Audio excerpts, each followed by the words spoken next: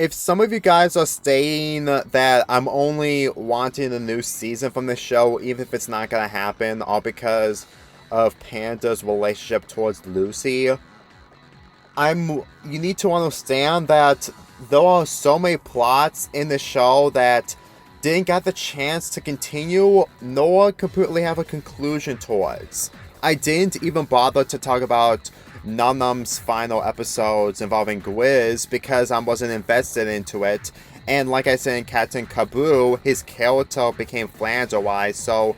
him hanging out with the Yellow Bells just honestly becomes a lot more problematic since that it only leads to a relationship involving Gwiz and Num Num. But for episodes like this has to be one of the biggest examples onto why We Bear Bears shouldn't end it after 4 seasons, regardless of the movie wraps it up everything. Because let me tell you that Lana in this episode, who is a supporting character that we saw, or a minor character who made a cameo in the first Icy Nights, becomes a contributing factor involving Ice Bell's development. I'm pretty sure that the writers just didn't know what to do involving the later seasons because the fact that these episodes just aren't as advertised as other shows in Cartoon Network. The episode begins with Panda and Gwiz watching TV in the kitchen until the electricity went out and Ice Bell saw Yana being captured by Barley and his cronies. He goes solo again while taking Woomba with him. So, for what this episode has, unlike in the last episode where it's mainly about Ice Bell taking Woomba back from Barley and his cronies, this episode centers around Lana after she got captured, and the development involving her and Ice Bell in this episode is the major highlight in anything involving Ice Bell's character when he's solo. But before I get to that, I need to talk about Barry in this episode since he does return after being gone since the first Icy Nights. It's really no surprise that at this point that he's the main villain against Ice Bell in these episodes. And let me just tell you that he doesn't get defeated in this episode. I mean, he does, but not surrendering after Ice Bell has proven that he, along with Lana, is better than him. It's the fact that episodes like these just really makes me mostly invested when I completely see characters who don't appear ever again, since this is the final episode involving a certain arc of some of the characters. Aside from what he did in the first Icy Nights, what he did was really selfish, he is actually way more famous when he has so many guards as phones while wearing tuxedo outfits or just regular suits and use them just to fight the good guys. It's honestly really hilarious when you can really see that Barley made all this possible, but at the same time, it was really his father who is mostly responsible with all this. You know, just saying that out loud really shows that Barley just isn't capable into handling things on his own without his cronies and stealing others' properties for his own benefit. But at the same time, I will probably stay away from characters like Barley if he ever takes advantage of me. And the fact that he just doesn't understand how furious Ice Bell is after the damage he did against the machines in the BattleBots arena in the last episode, it just shows that he cannot compete against Ice Bell, who's really skilled, along with Yana, who's also skilled but also makes sassy comments towards him. But I cannot deny that he's still clever into luring Ice Bell into a trap when he's trying to rescue Yana. And the fact that he doesn't return to the point that it just leads to a huge cliffhanger on these potential story ideas involving Ice Bell being solo, I really think that he could have gotten more development even if he had less in this episode compared to the last. Granted, he's becoming menacing with his New York and also using a robot to stop Ice Bell and Yana, but at the same time, Considering that he really did give a good impression after his defeat in this episode, it really shows that Icebell didn't take revenge on Bailey whatsoever, since that there's no continuation after this. I know it's mostly the fact that they probably had other plans into finding ways to continue along with this when it comes to the rivalry between Icebell and Bailey, but in all honesty, after watching all these episodes to review in this month, I honestly think that they probably didn't know what to do when it comes to the aftermath, since it's been revealed months after the episode's release that the 4th season was going to be the final season, and all what they had probably didn't know what to go with it afterwards. I mean, yes, by the end of this episode, there should have been an Icy Nights 3, but considering that Cartoon Network isn't really good at advertising shows like this one, I'm honestly disappointed that they just didn't have the attention that it should have deserved. And the only attention that it kept gaining much was when Cartoon Network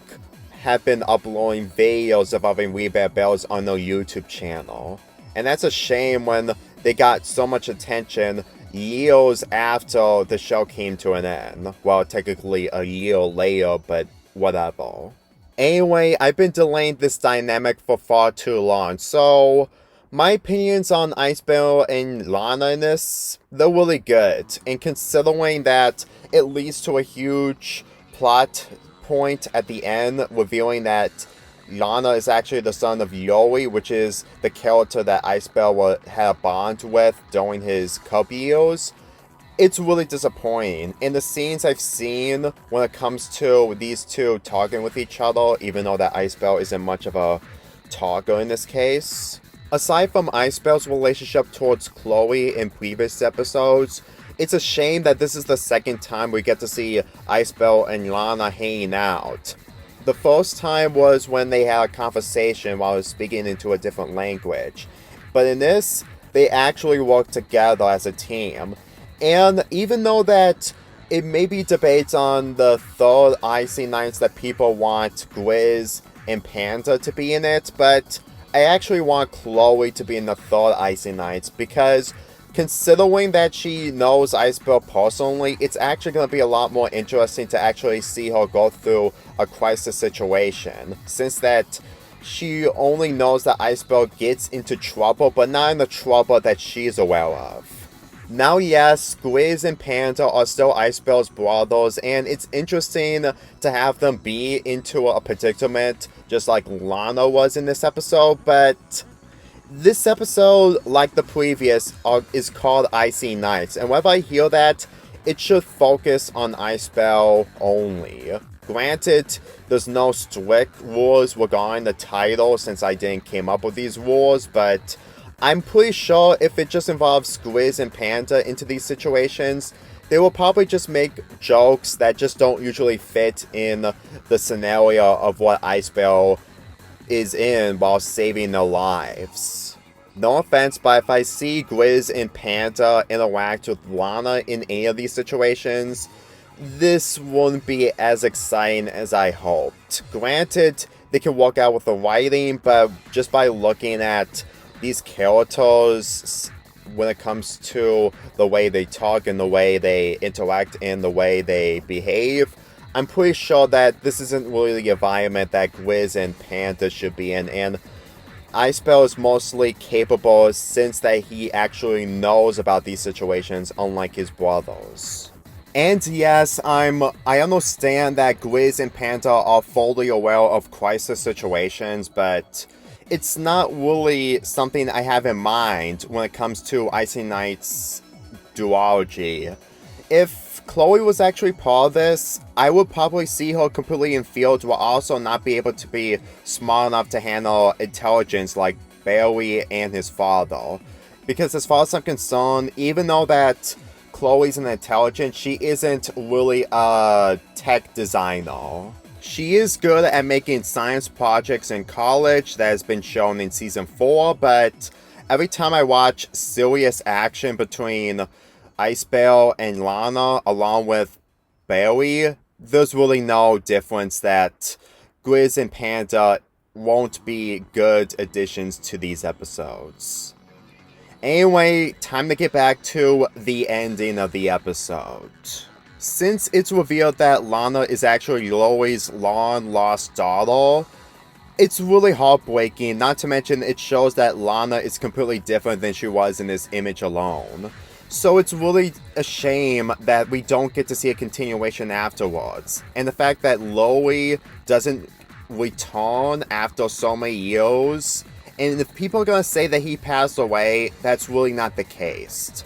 If there's supposed to be a reunion, if these characters return, then that's what we needed, and also have another action sequence between Barry and Ice Bear along with the family of Loi. Now, granted, I did say in my top 10 We Baby Bear episodes that characters should appear once when it comes to those type of episodes, but